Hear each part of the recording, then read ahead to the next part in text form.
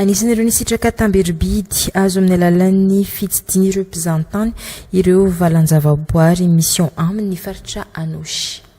Mitetina folo tapitrisa ariary ny tamberibidy azo ny faritra Anosy tamin'ny alalan'ny fitsidiana ny valanjavaboary Nandohaela ho amin'ny taona 2024 isitraka izany tamberibidy izany avokoa ireo kominina misy 540 manamorona ny valanjavaboary noho izy ireo mandray anjara mivantana amin'ny fiarovana sy fikolona ny manodidina ny toerana. Mamtina Andrembolona sy Omegarana efitsany.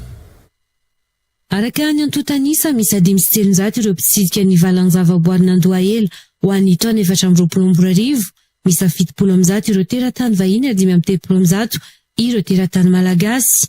Niainga tamin'ireo isa ny mpitsidika ireo no namaritana ny tamberibidy natolotra ny faritra Anosy mitetina folo tapitrisa ariary izany tamberibidy izany ary tsy maintsy isitraka izany avokoa ireo komina 520 manamborona ny valanjavaboary. Hita tokoa fa tena manana tombony tokoa ny vahoaka amin'ny fitantarana ary fiarovana ny ala satria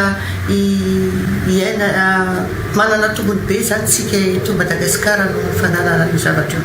Ka ny vola azo tamin'izany amin'ny fitsidihan'ny ireo mpizahantany dia averina amintsika vahoaka izay nazahoana ny petrabola 10 millions d'ariary io dia araka ny fanapahan-kevitra noraisina zany niaraka tamin'ny gouverneur dia raha manana 10 millions d'ariary ho antsika 10 commune izay manatrefy azy. Anisan'ny otrikaina ho antsaiky ny fizahantany anatin'ny faritra Anosy ny fisiany valanjavaboary Nandohaela manarena voajanahary miavaka sy mahasarika ary mampiavaka ny faritra izy ity valanjavaboary ity.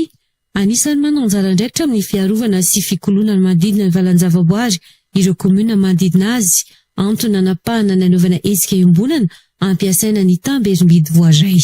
Ahafahana manao asa izay hapisy ny fidiram-bola ho an'ny vahoaka manodidina ny manamorona ny parka moa zany ao anatin'izay raha nisy ny fivoriana melohan'ny hazahoana nyty teti-bola ity dia nanapaka izy ireo ny komuna 540 hoe ho atao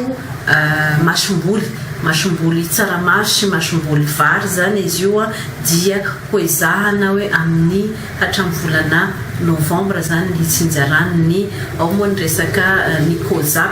Notanterana ny alarobia 3 septambra ny fanolorany ity tamberibidy ity ho an'ny faritra Anosy.